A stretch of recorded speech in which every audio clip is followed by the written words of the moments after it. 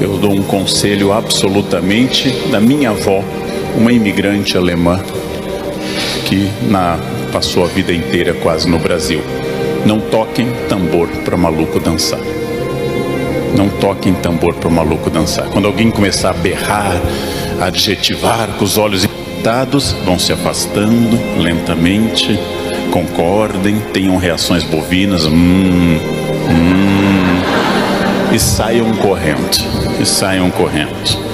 Não discutam com pessoas perturbadas. Não discutam com pessoas perturbadas. É perda de tempo, perda absoluta de tempo. Evitem o ódio, não cultivem o ódio. O ódio vem às pessoas, não compartilhe. Há um conselho que eu ouvi na Ásia de um budista que dizia: o ódio é um veneno que só funciona se você beber. Se você precisa aceitar o ódio do outro.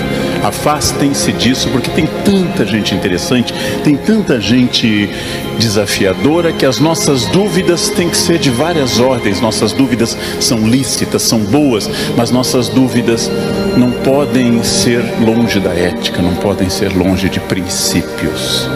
E como eu digo aos jovens professores que eu formo na Unicamp, um conselho que eu escrevi no livro Conversa com um Jovem Professor: é muito importante que em uma sala de aula exista ao menos um adulto. É bom que esse adulto seja o professor. É muito importante que num ambiente, por mais que tenha gente brigando, destruindo e gritando, que eu redobre a minha capacidade de ser pacífico. Esse é o primeiro ponto no momento que nós estamos vivendo. O mundo está em transformação. Essa transformação sempre ocorreu, mas ela se acelerou. Quando meu pai se formou em Direito em 59 na Universidade Federal de Porto Alegre, ele nunca mais fez outro curso de atualização. Ele nunca fez MBA, ele nunca foi em busca de outro curso, porque naquela época as pessoas se formavam e assim ficava. O tempo era um tempo repetitivo. Hoje isso não é mais verdade. Hoje, se você já está formado, tem necessidade de mais cursos, de mais atualização. Aquela época passou. A velocidade da transformação está tão grande. Darei exemplos do que seria uma espécie de filosofia de um grego chamado Heráclito, que confiava e dizia que tudo era movimento, pantarrei em grego, tudo move, tudo se move, tudo se transforma, todas as coisas se transformam. Por exemplo, os celulares que as senhoras e os senhores têm nas mãos, eles são a síntese de toda a memória da humanidade.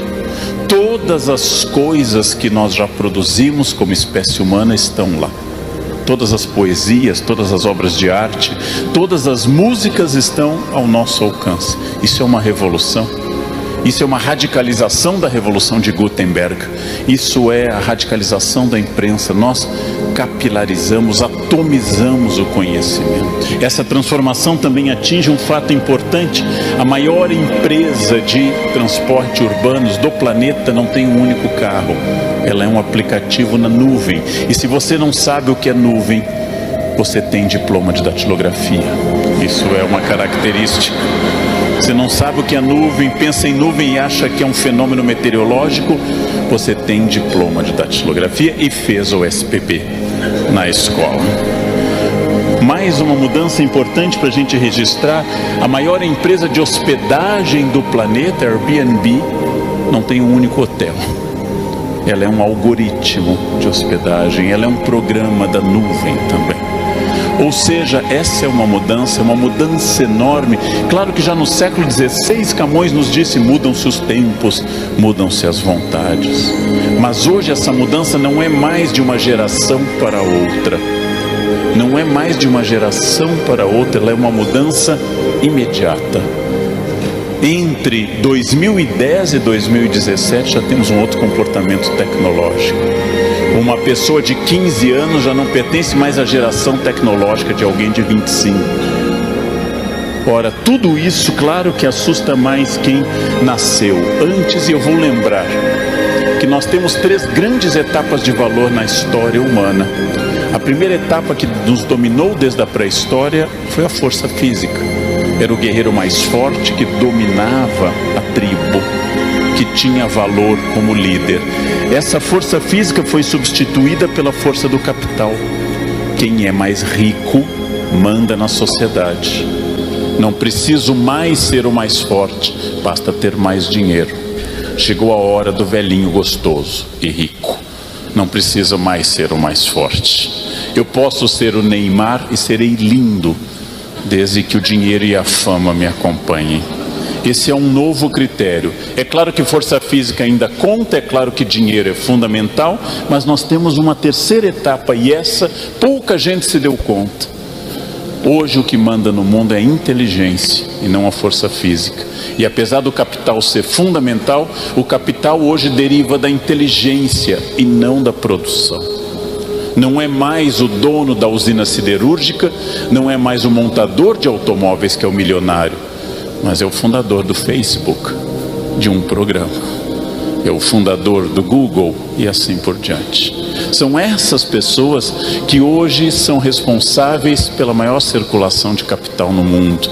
Não tem mais sentido a memória, como me educaram. Quando eu era criança, decorávamos que o Brasil tinha 8.511.965 quilômetros quadrados.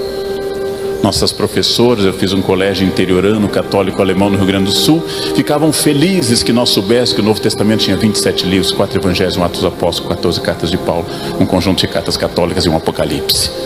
E aí nós tínhamos uma fé sólida, porque nós tínhamos memória. E essa memória, ela é importante.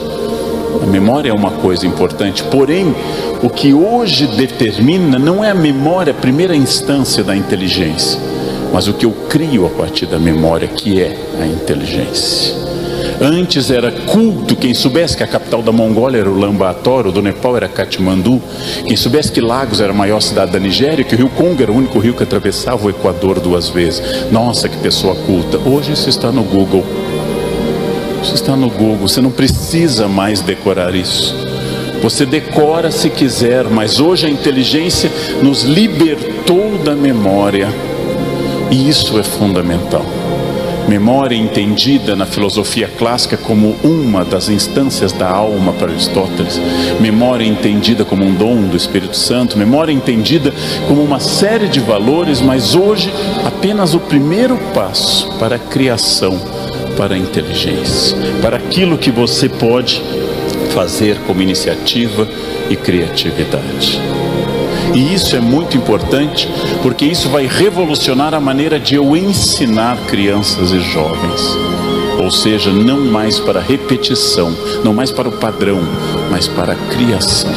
Se eu quiser que eles sejam cada vez mais pessoas que possam se adaptar à mudança.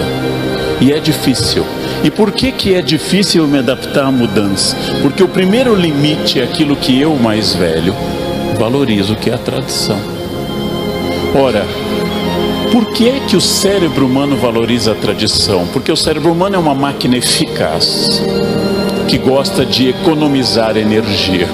E a economia dessa energia é fundamental, porque ela significa que o cérebro não quer fazer ações desnecessárias. O cérebro é uma máquina eficaz. Sempre foi assim. Assim foi desde o começo. E isso é uma coisa interessante, porque a tradição vem ao lado de um mecanismo fundamental, que foi colocado na espécie humana como uma forma de sobrevivência, que é o medo. O medo é prudente. O medo pode ser uma virtude que impede, segundo Aristóteles, o exagero. Ou seja, impede a temeridade, já que o equilíbrio é uma virtude aristotélica. Porém, quando o medo nos domina, ele se chama covardia. Eu valorizo muito um aluno que no doutorado vai fazer um seminário, como fizeram terça-feira, sobre a obra que eu estou analisando, e aí ele tem medo, ele treme, mas ele enfrenta e faz. Eu valorizo muito quem domina seus medos, quem tem medo de voar e voa, quem tem medo de casar e casa. Eu valorizo quem enfrenta o medo. Mas veja, nós, seres humanos, somos descendentes de covardes. Quando nossos ancestrais chegaram à porta da caverna, uns disseram: vão na frente, vão na frente. Vamos ver se no fundo da caverna há animais. Os que foram na frente morreram. Os que ficaram na porta da caverna prudentemente ou com medo são nossos ancestrais. Nós somos descendentes de pessoas prudentes. Bem, o excesso de medo, o medo dominando, chama-se covardia. A genética é uma coisa importante. Há pouco, num debate para um livro, uma autoridade me disse: talvez a gente tenha apenas 5% de liberdade, o resto é genética. Eu não sei o número exato, eu não tenho capacidade de pensar nesse número, porém 5% é bastante. As abelhas têm 0. As abelhas são exclusivamente guiadas pela genética. Nenhuma abelha amanhece republicana. Nenhuma abelha vai dizer: vamos derrubar essa rainha que não faz nada. Nenhum leão pode se tornar vegano. Ele não pode amanhecer: chega de maltratar as zebras, vamos sentar na selva em plena harmonia comendo queijo tofu. Não é permitido ao leão isso. Não é permitido ao leão isso. Os seres animais tidos como irracionais seguem um código genético. Nós somos livres. O livre-arbítrio é uma profunda característica da humanidade. Tudo aquilo que seja um vício reduz minha liberdade. Drogas, álcool, Netflix, tudo que for um vício reduz minha liberdade, cria um hábito. O hábito, diz Aristóteles, é uma segunda natureza. A genética existe, mas não nos condiciona abertamente. A cultura existe. Eu estou inserido dentro de uma cultura. Para mim, que tenho ancestrais camponeses, acordar de madrugada é muito fácil. Eu desperto todos os dias às 4 horas da manhã sem nenhum problema. Isso é típico de sangue camponês, não, ou de algum problema de insônia. Mas eu casualmente acordo com facilidade. Eu tenho grande facilidade de acordar, faz parte da cultura. Meu avô dizia: o sol não deve encontrar ninguém honesto na cama. É uma coisa que vem sempre. A cultura é importante. A cultura é importante. Eu já soube de pessoas que dormem até às 6 da manhã, mas eu acho que são pessoas atacadas da preguiça, né? Pessoas atacadas disso. É uma questão cultural. E também o meu comportamento, eu vou perguntar como eu passo a um estágio seguinte, numa sociedade que exige que eu, Leandro, e cada um e cada uma que está aqui, cada pessoa aqui faça algo diferente. Como eu consigo isso? De que forma eu consigo isso? Bem, essa é uma questão importante.